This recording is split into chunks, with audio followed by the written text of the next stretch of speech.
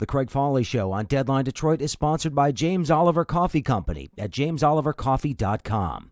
James Oliver is a second-generation family-owned and Detroit-based coffee roaster, offering 19 different blends of freshly roasted coffee.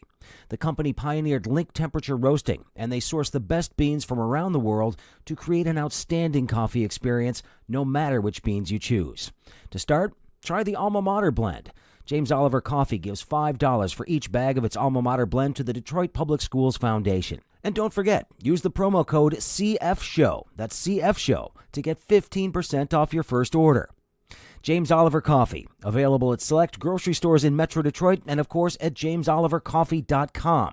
Remember, use the promo code CFSHOW to get 15% off your first order. That's jamesolivercoffee.com. Hey, greetings, everybody. Happy Friday. Welcome to the week that was on Deadline Detroit. I am your host, Craig Fahle. Glad to have you with me today. We are going to break down the big news of the week, and of course, that includes at the end of the show our nominees for Schmuck of the Week, which has become a highlight of this broadcast. And I do appreciate everybody who has tuned in today. And I'd like to thank my guests today. Of course, we have, as usual, Nancy Derringer of Deadline Detroit. Hello, Nancy. Hey there, Craig.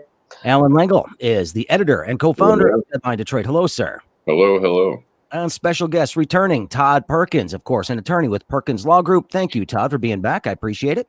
Thank you. Thanks for having me. And making a return visit as well as Lynn Walsh, who, of course, is a clinical psychologist. And I'm glad to have you on the program today, Lynn, for a lot of different reasons. But welcome back. Thank you. Thank you for being here.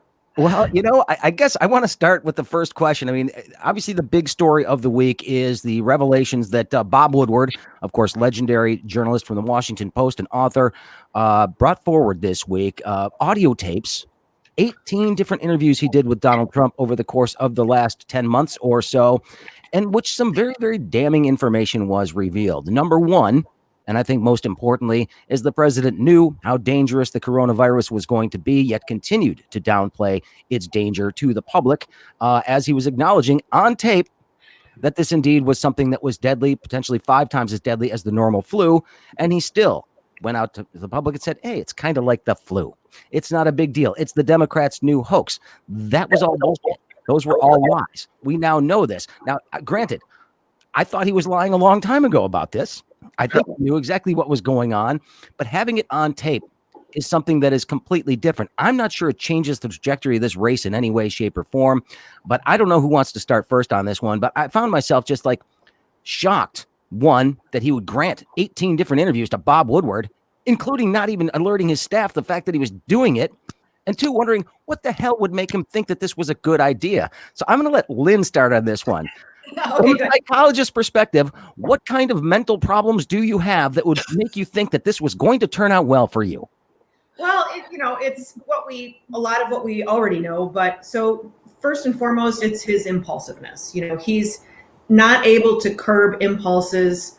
He goes by his instinct. And so he can't believe that he could ever be wrong on the instinct. But his instinct is driven by really one thing, which is his ego, which is, satisfying and kind of boosting his ego, getting his juice, and so I think he heard, especially Bob Woodward, Trump has struggled for a long time with, he wants to be credible. He wants to feel credible. He never was in New York City. He was laughed at.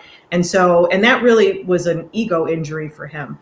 So I think the enticement of speaking to Bob Woodward and thinking, as he always does, that he is somehow going to sound, credible, smart. He's somehow going to appear to be a normal functioning person. He really thinks that when he speaks to people, and so I think he went into it imagining that he was going to create a persona that, would be something that was less ridiculous than the one we see all the time. But then, then he came around to realize that, and I don't know what point that was, but he realized, I think, that he wasn't going to come out smelling like a rose, which is then when he started talking about Bob Woodward being a hack and a political, hit job and all this and that. So, but what I think is really funny about it was the fact that Lindsey Graham brokered the deal apparently, and everybody's throwing him under the bus as opposed to, turning to Trump to say this is the guy who did the interviews. It's not his fault. It's Lindsey Graham. Well, yeah, Tucker Carlson's been going to that wagon a lot in the last couple of days, sitting there going, Lindsey Graham's fault. I'm like, no, the president's is the one that's at fault because he was stupid enough to do it. Allan, go ahead. I was going to say, people in Washington, a lot of people like star power, and a lot of people like to say they know Bob Woodward. Bob Woodward and I had a mutual FBI source, and like people in town like to say that they know Bob Woodward. So, and Trump is, into the stars. The other thing I found really interesting, someone asked me yesterday, they said, what about Bob Woodward? What about Trump blaming Bob Woodward? How come Bob Woodward didn't come forward? And my feeling is, look, first of all, in March, by the end of March, we had a pretty good idea that this was pretty serious. Dr. Fauci was saying, look, in March, Trump was saying, by Easter, we should be able to open up everything. And Fauci's like, no, I don't think so. I think we had a pretty good idea. It was serious. We didn't need Bob Woodward to come out. We had Dr. Fauci saying, this is serious. People are dying. We saw this here in Metro Detroit. The hospitals were filled. They were bringing refrigerated trucks out. We didn't need Bob Woodward to come out, and Bob Woodward was reporting on it. It would have cut off his sourcing on that had he come out early and started outing the president on that. Most of us knew the president was suppressing this, trying to minimize it because he was up for re-election and it looked bad. So, go ahead, Lynn. I was going to say most Democrats or most of us who I think we tended to believe Dr. Fauci. We knew or took it seriously, but Trump supporters, they look to him for guidance. And that was kind of the point of this, is that he not only, this whole malarkey about him not wanting to create panic, this is a guy that's trying to tell me as a white suburban mom that I need to, barricade myself into my house. He creates panic everywhere he goes, so his idea of not wanting to create panic is just patently absurd. Well, no, but hold on. Market panic. I can see him wanting to avoid that at all costs. The market was already panicking at the time. Selective panic. He likes selective panic. As somebody who is approaching retirement age, I pay attention to the market because that's where most of our nest egg is. So I want to make one point, though. That's not important. Trump still thinks of himself as the most charming guy in the world. And he thought that Bob Woodward was Cindy Adams. And if you don't know who Cindy Adams is, she's a gossip columnist for Page Six. Mm-hmm. And, before he decided to get into politics, Trump's connection with journalists was largely through gossip, who's he dating, blah, blah, entertainment, and to a lesser extent, kind of the business pages. And I have a whole tangent on the business pages that I don't want to get into. But he basically thinks, he sees himself as this boulevardier who can table hop, in the El Morocco or wherever, and stop in Cindy Adams and tell her how great she looks and what a great job she's doing, and drop a little juicy tidbit, some blind item that he knows is going to be in her column the next day, and she'll see him as a source, and she'll say something like, handsome developer Donald Trump and his beautiful wife Melania, were out at the such and such the Mayor McSnoot's charity event last night, and blah, blah, and he laughs that up, and he thinks somehow that Bob Woodward is just like that, and he's not. And Bob Woodward over his career has shown that he is afraid to take on any president. He didn't have a whole lot of flattering things to say in the work that he did about Barack Obama. His stuff about George Bush was not exactly good. Obviously, the Watergate, everything else. But Trump thinks he's greater and smarter than all of these people. And he thinks that the reason Barack Obama didn't come off well is because he just doesn't have that special sauce that Donald Trump has. And that's where he went wrong. He honestly thought that he could buffalo Bob Woodward. And, when it comes to this sort of thing, you can't. But hey, Todd Perkins. Yeah, go ahead. So, I think none of us have been wrong, but I think I go a little bit step further than Nancy. I don't think he cares. I think he's a narcissist. I think we can all agree he's a narcissist. Yes. I would go to the doctor to agree with that first, not from her, to say that he's a narcissist. So as a narcissist, what does he want? He just wants attention. He's shown that it doesn't matter what he does. He doesn't I go back to saying that statement. I couldn't believe when he said it, but it's borne itself to be true about shooting somebody in the head on Fifth Avenue and not losing a vote. The fear is that when people go into those booths, they're going to go back and think about what Nancy talked about the retirement. He's blaring about, he's playing on our fears. He's playing on, he's race baiting. He's doing everything to cause dissension amongst any kind of ability for the gathering of the masses to occur. So if he divides and conquers through all of these things, he's winning, because remember what, I was just old enough to remember the backlash of Nixon. But I remember when teachers used to always say, everybody said they didn't vote for Nixon, but how did he get elected? This is kind of like the same thing that I worry about. I think you've got the first time you have in a long time. Well, I was a big Obama supporter, even though I felt like he could do a lot more, could have done a lot more in his first term when he had 2 years of the House and Senate, when he tried to embrace everybody and tried to do that. But it was kind of like what Richard Pryor said, that guy slapped his hat off like he treated the Mexican. Slapped his hat off and sent him back to Mexico and stole Texas. They stole the Senate from him. And from that point, he never really had an ability. He had to do everything through executive order for the rest of his terms. His time in office. You know what I find amazing is the heavy artillery that is being fired at him. We see the Atlantic story. We see all these books. We see Mary Trump's book. We see the new FBI agent Stroke.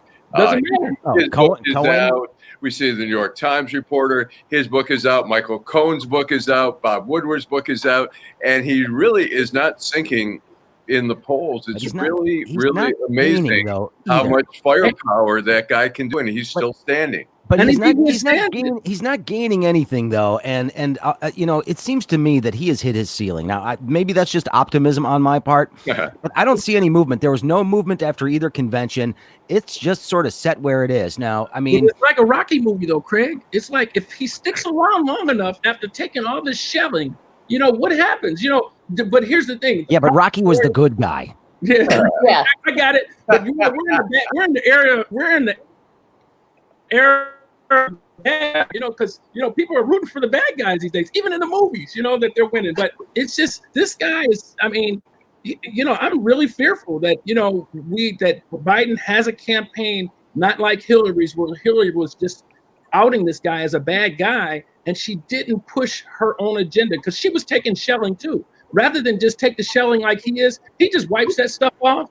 And he keeps on going. But, here's the thing, though. Joe Biden has some ammunition that Hillary Clinton did not have. I mean, I'm sorry. This is one of those things that Joe Biden is going to be able to do is hammer home the fact that, hey, this guy lied to you repeatedly about how dangerous this virus is. And now we have 200,000 Americans who have perished. We just had a super spreader event come out of Sturgis where nobody wore any masks and all the Trumpians on their motorcycles got a whole bunch of people sick all around the country.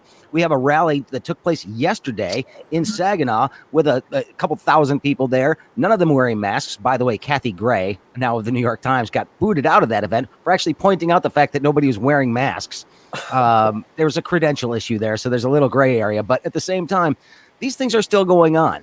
So despite what we know about masks and how they actually have a really, really big impact on keeping this virus at bay, he is still not leading by example on this one. I think Joe Biden can club him over and over about that issue alone. And then on the military stuff from last week that we talked about on last week's show, that's another club that he can batter him with for a long time, because those are constituencies that he is counting on. Older people, military. And if he doesn't get them this time around because he's calling people schmucks and losers, and he's also just basically said, well, hey, it is what it is. Grandma's no longer with us because she had an underlying condition and got COVID and it accelerated her death.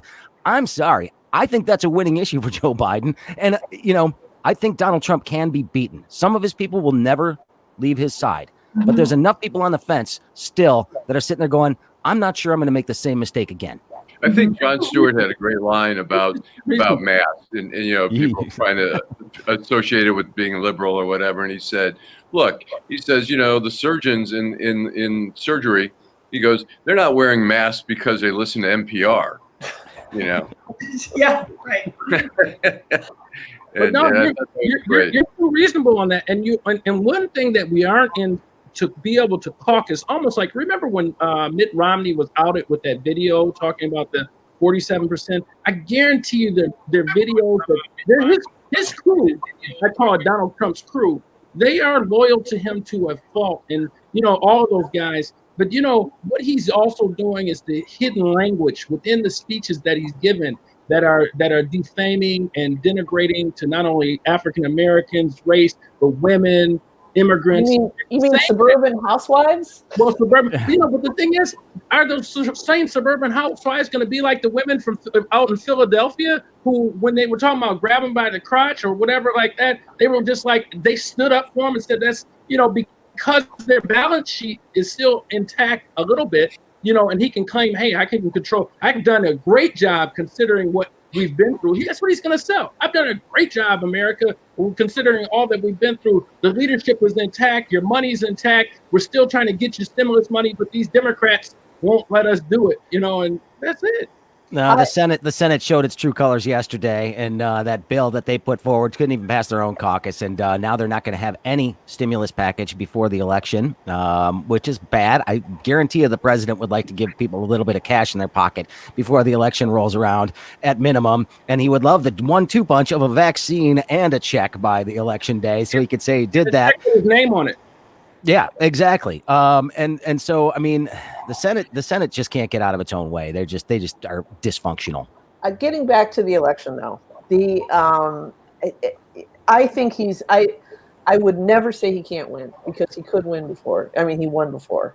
But at the same time, just this week, I'm allowing myself to have cautiously optimistic thoughts that he's never going to go. He said, we keep saying he's not losing any support. He's not gaining either. I think he's at his ceiling, and it's about 30-some%, maybe 39 on a good day, but somewhere in there. The only way he can win this election is by, excuse me, you're going to have to put an E on this podcast, by rat fucking, and that's what he's going to try to do. I mean, it's going to be all about election. It's going to be about calling the election tainted or fraud or whatever. That's the only card he's going to have to play after November 3rd. And we all know if those of us who pay attention to the news know what's coming, we're not going to know on election night. We may not know for 2 weeks until after election night. But hopefully by Thanksgiving, we have a pretty good idea who the winner is going to be. And but he's going to, the whole time he's going to be crying like a baby with a diaper. I mean, the number of Republicans voting and the number of Democrats voting by mail, there's probably twice as many Democrats who are going to vote by mail. So those votes aren't going to be tallied for several days. Meanwhile, he may initially be way out in front, and he'll declare victory, and it's just going to cause chaos. Yeah, then it'll be, they took it from me. Well, they can try, but the Supreme Court, they're going to weigh in on this. I mean, they weighed in on the Gore Bush thing, and maybe they came up with the right decision, maybe they didn't. But this one is just going to be an atrocity. He is going to. I saw a column that had a tombstone right before the election in 2016, and it had the tombstone said, 1865 to 2016, it announced the death of the Republican Party. This is going to be the death of America if he's allowed to do his shenanigans. I've always said that the end of America is our failure to deal with race honestly. But this right here is not only, it's a hodgepodge of everything. Hate, narcissism, all of these things. So, and he's going to use that court system of people that he's appointed. But thankfully to the Supreme Court, they have not been ruling in his favor on a lot of things. So that's my only faith, is that they won't allow that. That John Roberts will find some self-respect in his sophomore. We shall see.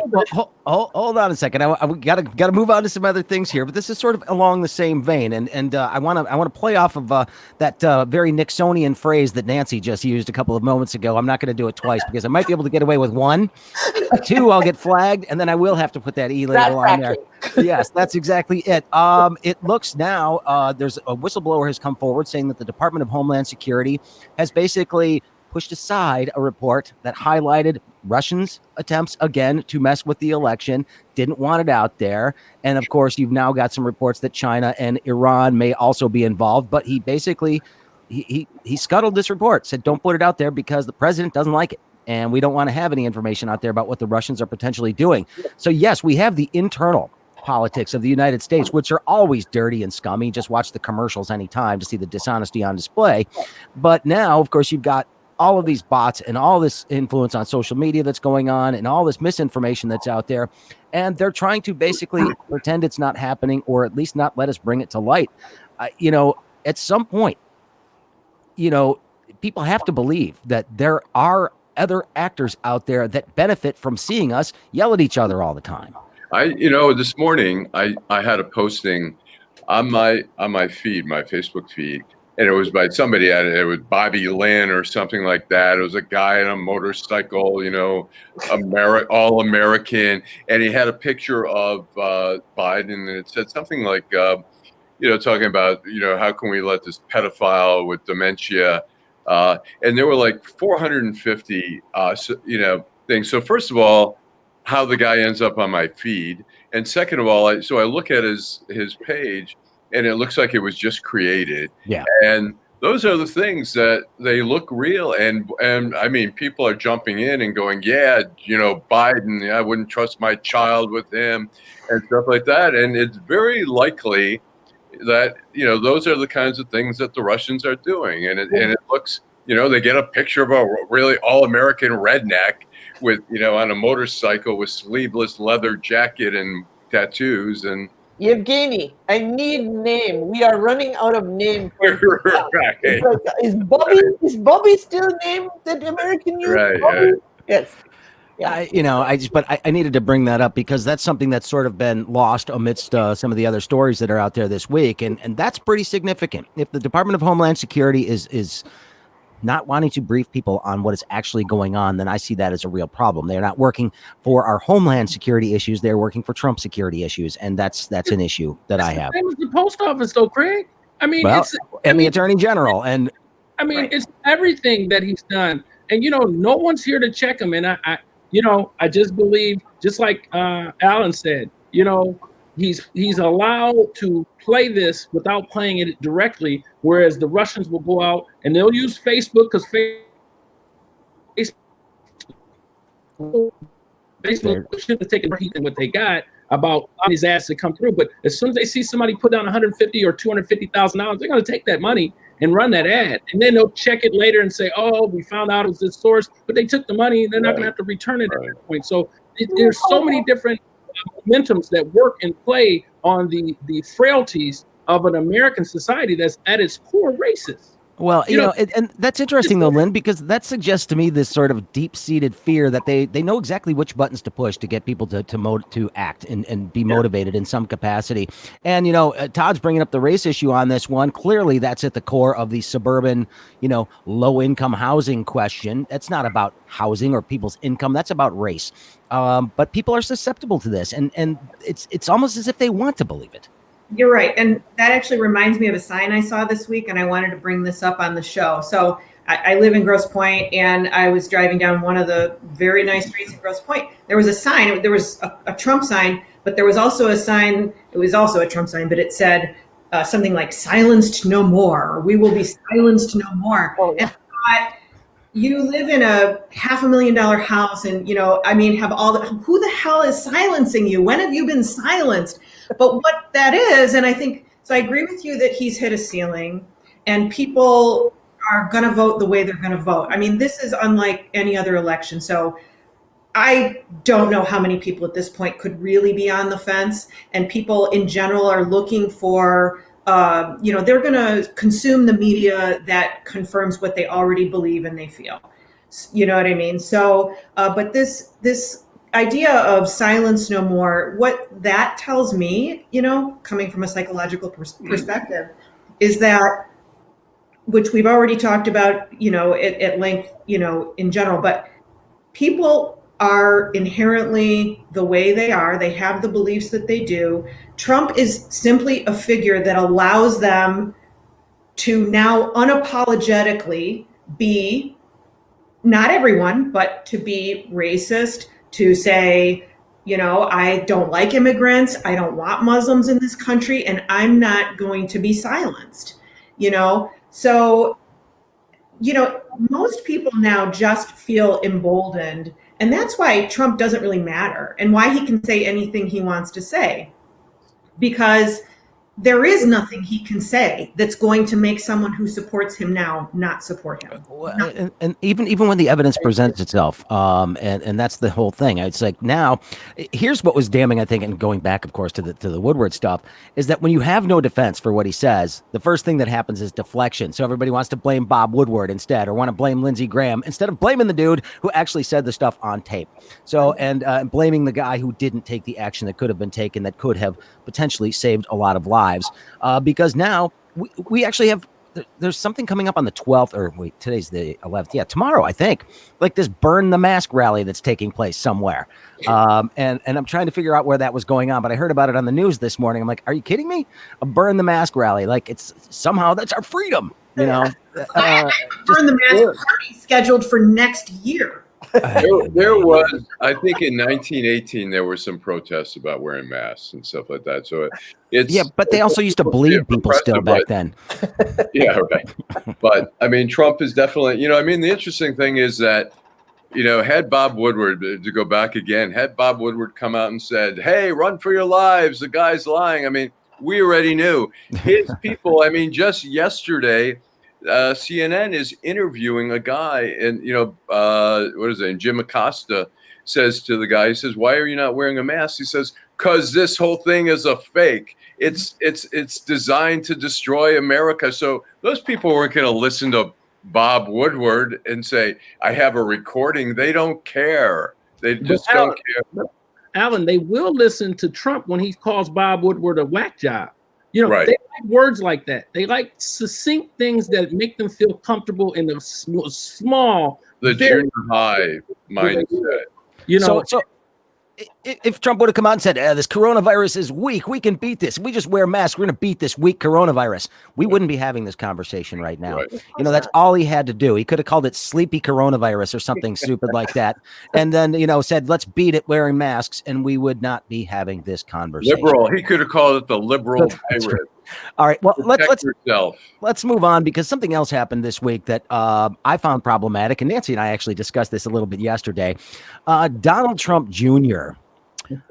Defending this kid, Rittenhouse, who brought his rifle to Kenosha, Wisconsin.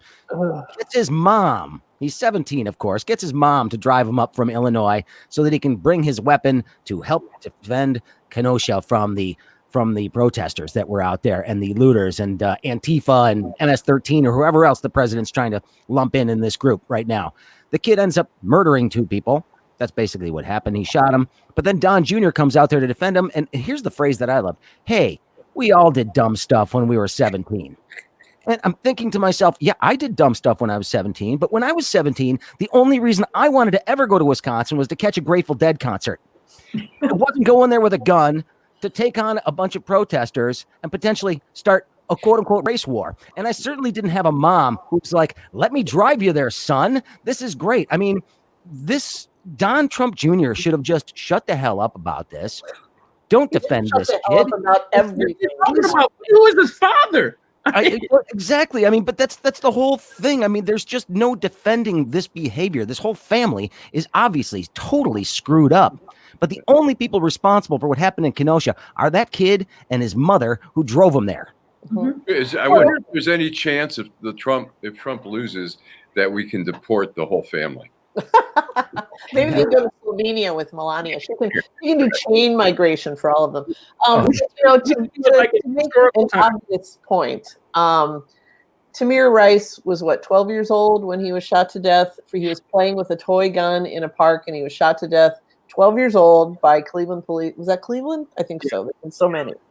How many people did you hear say, well, he shouldn't have been playing with a gun outside, a toy gun outside. You know, this is what, I mean, can you blame the cops for doing that? And yet they will excuse a guy who with malice aforethought brings a highly powerful semi-automatic rifle, assault rifle to a hot demonstration and kills people with it. So, I hate to sound like a broken record though, but I mean, this right here is all about race. Yes. I mean, I know I've been making this point, but I think at the core of it, those are one of the things, just like immigration and things like that. But race is at the core of it because, you look at it. Why I firmly believe that America is one of the greatest financial countries ever known in the history is because they had 400 years worth of free labor.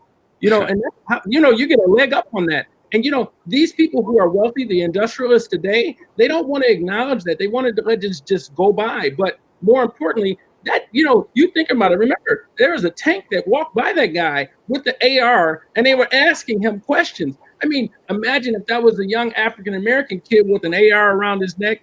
I mean, it would have been a different set of circumstances. It just, you read the books, and I know the doctor knows different. It's what do you think when you see a 17-year-old white kid with an AR versus a 17-year-old black kid with an AR? Their thoughts are going to be different. Those people who were driving that tank and those people who were there.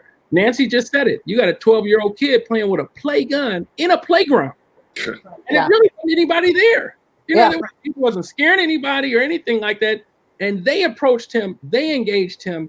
A different set of circumstances, no question, different people involved. But you got a situation like Craig said, the only people to blame for that is that kid and that kid's mother. And then we don't talk about that kid's history. That kid's got felonies for assaulting his girlfriend. I mean, he's only 17. That's a monster in the making. Well, it's a monster. I was going to say. And Lynn, I mean, I got to think about this for, awards for Parents of the Year, obviously go to the Rittenhouse family. But, I'm wondering, is the mother somehow thinking like this is the equivalent of dropping Johnny off at the recruiting station in World War II? I mean, is she like buying into this race war thing saying, oh, hey, go be a hero for your people? I don't understand the rationale for that.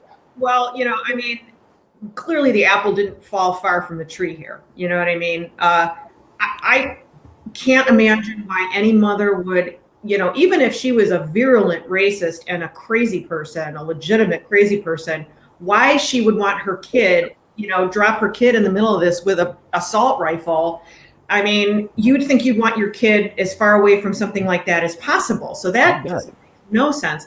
But, it has to be said that there's like a GoFundMe pile right now of about $500,000 that has been raised for the defense of this kid. So, that's really, to me, is what's one of the scariest parts of this is it's not just his mother, it's not just this example of one, crazy racist and her kid. There are a lot of people that are seeing him as a victim. Yeah, because somebody was chasing him. Because he already shot somebody. A guy with a skateboard. Skateboards and ARs are equivalent, apparently, when it comes to deadly weapons. Are you kidding me? I think with our country, I think what the scary part is for many of us is not as much Donald Trump as it is some of his followers who are really just out there. And not to say all, I mean, there are some, mainstream, but there are certainly some who are just really rabid. I mean, like I said yesterday, I mean, CNN's interviewing these people and it's just scary. It's like, hey, mask up. It's not that hard. It's not that hard of a thing. We're not asking you to storm the beaches of Normandy and give up your life. We're asking you to put on a mask so that we can move forward, so that we can get the numbers down low enough that we can really open up our economy and we can try to have some semblance of normalcy. Can I make a point please, Nancy, about this Rittenhouse before we move on? There is a vast number of people, I think it would shock even people who think they know about it, who believe in this QAnon stuff. And, we talk about our bubbles that we all live in. I'm a New York Times, Washington Post reader. I have a different take on the news than, say, a Fox News viewer might. But I mean, these people like Mrs. Rittenhouse and many others, the things that some of them believe are just they're almost mind-boggling. You know, they believe that Hillary Clinton is a child trafficking cannibal who likes to eat children. You know, literally eat I know. children. Out of a pizza place. Yeah, Exactly. that's right. Common pizza in DC. Until we address that insanity and the role that social media plays in perpetuating it. I remember when I first moved to Indiana from the relative sophistication of Columbus, Ohio, to the conservative backwater of Fort Wayne, Indiana. I began to notice cassette tapes that would be traded around, like usually by mega churches and, you know, very conservative churches. It was like their own little samizdat, you know, propaganda network. Well, you know, take that fairly crude method and add, you know, digital technology, and it's a mushroom cloud of misinformation that goes out there, and people believe it. Well, okay. Speaking of mushroom clouds of misinformation, I need to move on to the next subject here because we had visits from Joe Biden and Donald Trump in the last 2 days here in Michigan, and I heard two wildly divergent stories. And we are all in Metro Detroit here. We are all connected in some way or another to the auto industry just because we follow it, we cover it, we know it. We've reported on these things for years and years and years. We're represented people are doing it, whatever.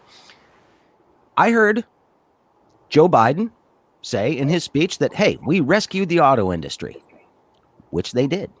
Then I heard Donald Trump yesterday say they almost ruined the auto industry and I brought it back. And I'm thinking to myself, both of these cannot be true. Now, if I remember correctly, in the wake of the collapse at the end of the George W. Bush era, it was the Obama administration that bailed out the automakers and rescued the industry from certain demise. Am I remembering that incorrectly? And am I misremembering actual decent times for the automakers up until the recent slide that we have seen as a result of coronavirus? Have we seen a massive influx of new jobs and new factories that President Trump suggested that we had seen in this area because of this? Because he said he's been better for Michigan than anybody's ever been. I seem to be missing these giant announcements, and I pride myself on actually paying attention to the news. So I'm missing something here. Fill me in, please. Fiat Chrysler is building a new plant on the east side. Well, yes, they are. They are. It's an expansion of an existing. That's something they've been wanting to do for quite a while. Yes, exactly. But no, of course you're right. I mean, this is a conversation. I mean, one is backed up by facts. The other is backed up by Donald Trump, you know, farting out of, you know, more lies out of his face. He's a pathological liar. And I was going to say, so we all know he's a narcissist. And, you know, I've got bad news because just recently I scored him on, it's called the hair psychopathy checklist. So this is this is the metric that is used to, you know, to determine if someone is clinically a psychopath. So he scored higher on my checklist than Ted Bundy. I mean, and I'm not. Ted Bundy was really good at what he did, though, so he's in good company, I guess. He was, and actually, that reminds me. You know, in regard to what you were saying about earlier, why he thought he could bullshit Bob Woodward. So Ted Bundy actually pretty notoriously fired his counsel to represent himself because he thought there was no way that anybody could represent, you know, him better than him. Like, that's the amount of hubris. And Donald Trump is the same. So he has this hubris, and he is a pathological liar, which is part of being a psychopath. And he is a psychopath. You know, he's a psychopath. He is a malignant narcissist. He goes beyond meeting criteria for both of those things. It's on his resume. You can see it. You can read all that stuff on his resume. Right. Yeah, but here's the SAT scores, right? That we're dealing with, though. All of that's true, and we know the truth. But if you have a base of his base that knows that's true, but still will support him, they'll find every way. So here's what happens, like as a lawyer. You know, we have two converging points in a lawsuit. You know, one person says he built my house in a bad manner. The other person says he didn't, or he did. And so they sue each other. You're going to continue to pound your point, and almost like pounding sand. That's what he's doing. And it works for him, because people, I think that his supporters, they know he's lying, just like those women know he said what he said because he's on tape saying it. But they will justify his behavior in any way imaginable because that's ultimately, they only see the end. I just want him as my president. I want him, that's what they want. And then, he found ways to justify bad behavior because it satisfies a desire, an intense desire that's internal in us. And he's found a way to bring that out. He is adept at doing that, at gathering, lying to you, and still you not caring. Oh, I still like him. He's that's my guy. No, he says what he means. Well, yeah, that's the whole thing.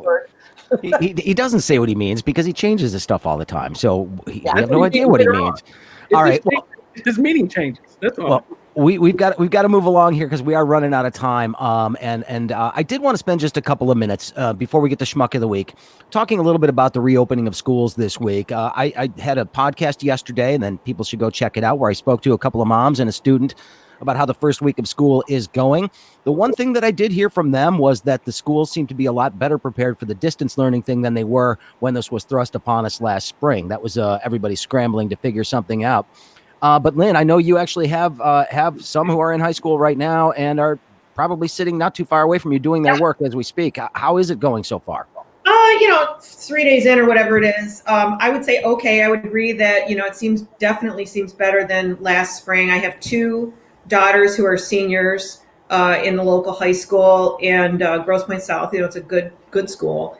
And the one thing that, it's a very light schedule. Generally they start at 9:00 and they end around 12. And then they also, with 2 days a week, they have tutorials in there. So there's not a lot of one-on-one instruction. I would have hoped for more than that. And my kids have, AP classes and, things that I think they're going to need more support in than it looks like is on the schedule. But, it is what it is. So we'll see. I know a lot of other districts are doing about 7 hours of instruction online. So, it would seem like it would be nicer if it was more consistent across districts or governed by something. We don't even know really who's making the decisions on how to structure this here in Grosse Pointe. So I guess I could say it's don't get me started. Don't get me started about the message board for Grosse Pointe parents on Facebook. That is one of the most obnoxious places I've ever been, by the way. There's a lot of debate going back and forth. But Todd, I mean, you've got children. So what's happening there? Well, my son, he goes to U of D. So U of D has several different options. My son has chosen the option to go. He goes 1 week, he'll go 3 days, and then he will go virtually the other 2 days. The next week he goes 2 days and virtually the other 3 days. And what it does is it effectively reduces the size of the school almost by half. And then the other students who have elected to go virtual completely, so they have various different options. But, it's different for being in private schools. You can't to say that someone else is able when somebody may not have the resources to do it like in public schools. But I've learned that public schools and DPS, they have about 20% students attending every day. So my daughter, she's in a smaller school than that, and she is going every day. I mean, I'm worried, and I'm praying that they monitor them and go and have the wear their PPE and things of that nature, and I'm very mindful of it. But I just we're going along and trying to get them educated and figuring out the safest way to do it. So I am uneasy, but at the same time, I'm not going to allow fear to overtake me either way, but I listen to the scientists. So if the scientists say one thing, I don't listen to politicians. If I want politics, I'll listen to politicians, but I know that that's a fluid science. Just like you said, meaning changes, but at the end of the day, science is science. What Dr. Fauci has said 6 months ago is borne itself out right now, and it's even worse because it's a failure to lead. So, I don't envy parents in that situation right now. My son's in college, and I'm just hoping that he is getting for the money we're spending on tuition something more than just like University of Phoenix. And that's been the real concern here, because Kalamazoo College is a little bit more than the University of Phoenix. So hopefully it seems to be working out so far. All right, we do need to get to Schmuck of the Week before we wrap it up. And who wants to go first this week? All right, Lynn. Lynn gets to go first. Okay, so can we pick anyone? Yeah. Except for Donald Trump. Except for Donald Trump. It's named after him. Or anyone on this panel. No, It could be me. I mean, that's fine. I'm going to mangle the name here, but it's Christian Giet, the Norwegian who nominated Donald Trump for the Nobel Peace Prize. Yes. This is the second time he's done that, as a matter of fact. For brokering peace in the Middle East, as he said. Right. We dissected a few weeks ago on this program about how much progress that really is. But that is an interesting one. So one person. And so here's the great part about that, though. Instantly, there was a press release from the White House saying Trump nominated for Nobel Peace Prize. So, yes, one of 339 nominees, I think, and he got one nomination. A lot of these other people will get multiple nominations. So, what can you do? All right, Allan, why don't you go next? I am going to turn to an obvious one again, Marjorie Taylor Greene, the congressional QAnon candidate down in Georgia, who last Thursday posted a photo of her with an assault rifle with pictures of the three members of the squad, including Rashida Tlaib, and saying something like, "We're coming to get you." And Their worst nightmare. Yeah, the worst nightmare. And then later going, basically, we're coming in text saying we're coming to get you, and not one condemnation from a Republican, anyone. Right. And it's really just speaks volumes of how that party is going. It's just Trump is destroying the party. But she told the truth on her poster, because I think my worst nightmare is indeed a crazy Karen white lady with an AK-47. I think that might be my worst nightmare. Shameful because the Republican Party has had this happen to them. Steve Scalise grievously wounded by a crazy Bernie supporter who shot up their little softball game. So this is the kind of thing that they should be the first ones to condemn. But we're talking about the modern Republican Party. Sorry. Todd Perkins, who do you got as your schmuck? Well, it's so many. That's always the challenge, though. I would go with Lindsey Graham. And I go in with Lindsey Graham along with all the other people that, because Nancy said we can't use Trump, but all the people that support that type of agenda, knowing in the face of it that it's wrong. My wife and I are giving money to his candidate every so often, just even though it's South Carolina.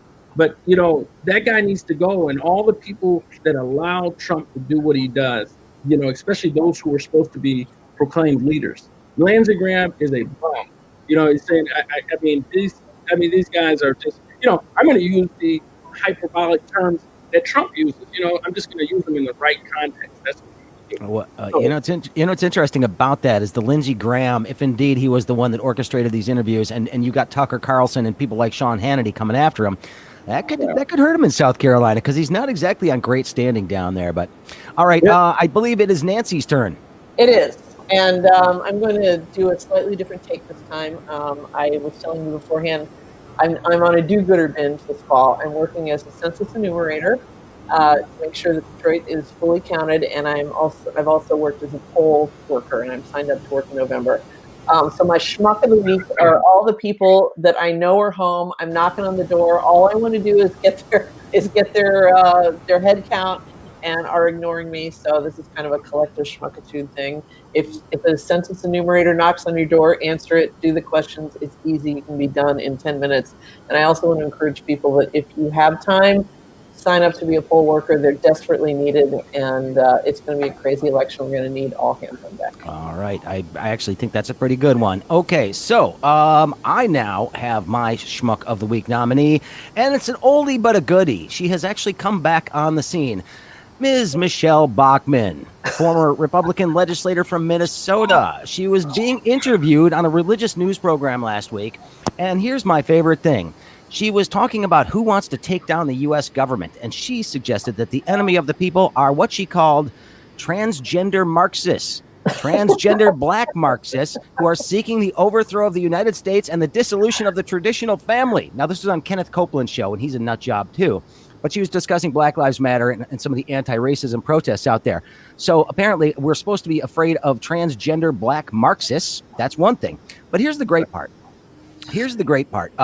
She goes on to sit there and say she was at the White House, right? And there was protests that were starting to happen around Washington, D.C., and she said, we had our hands raised. We were worshiping the Lord on the south lawn of the White House. Before too long, the mob started. All of a sudden, I sensed the Holy Spirit just speaking to me. The Holy Spirit spoke to me and said, it's time to leave. And to that, I'm going to suggest to Ms. Bachman that, yes, you should listen to the Lord. It is time to leave, period. Just leave. Crazy Thank Eyes you. Michelle. Michelle Bachman is my schmuck of the week because transgender black Marxists are coming to a neighborhood near you. Be very afraid. All right. Well, that's going to have to wrap up the week that was. I certainly do appreciate everybody being here today. Todd Perkins, thank you very much for your time. I appreciate it. No, well, thank you. Lynn Walsh, thank you for being here. Yes, thank you. All right, Nancy Derringer and Allan Lengel, thank you as well. Thank you. By the way, some great stuff on Deadline Detroit this week that you should check out if you have not been there. Some of the stuff that we've got on Beaumont, what's going on there that Eric Starkman has been doing for us is worth reading, and there's a lot of other good stuff on there as well. A new Charlie LaDuff column out right now as well. Some pretty good stuff that is there for you all the time. So go to deadlinedetroit.com. Also, quick thank you to my sponsor, James Oliver Coffee, jamesolivercoffee.com. Thank you very much for their support here. And don't forget, you can become a member here at Deadline Detroit. Support quality journalism, independent journalism. Just go to deadlinedetroit.com/membership. Make your donations as little as $3 a month to help keep this little operation going, because we have been breaking some good stories and doing some good work. And it is worthy of your support because we need it. We need it right now more than ever because truth-telling matters always, regardless of what you're hearing from the other side. All right. Thanks, everybody. Really do appreciate it very much. Have a wonderful weekend. And Allan? Hey, stay home safely. My name's ML Elric. I'm an investigative reporter and a connoisseur of fine yogurts. I know a little bit about Detroit. I know a little bit about deadlines. And I'm asking you to become a member of DeadlineDetroit.com. Like me, I'm not asking you to do anything I wouldn't do. I'm making a monthly donation. My wife is making a monthly donation. I know that seems redundant, but they need the money, and the money goes to a good place. Getting the story out, getting the truth out. Because if we don't support local journalism, there's some people a couple blocks away from here who are going to get away with a whole bunch of stuff that's going to cost you a whole lot more than just a few bucks out of your pocket every month. Go to DeadlineDetroit.com, become a member. You'll see it's really easy at the top of the website. Give early, give often, give generously. Just give a damn. That's the best way I know how. The Craig Fahle Show on Deadline Detroit is sponsored by James Oliver Coffee Company at jamesolivercoffee.com. James Oliver is a second-generation family-owned and Detroit-based coffee roaster, offering 19 different blends of freshly roasted coffee. The company pioneered link temperature roasting, and they source the best beans from around the world to create an outstanding coffee experience, no matter which beans you choose.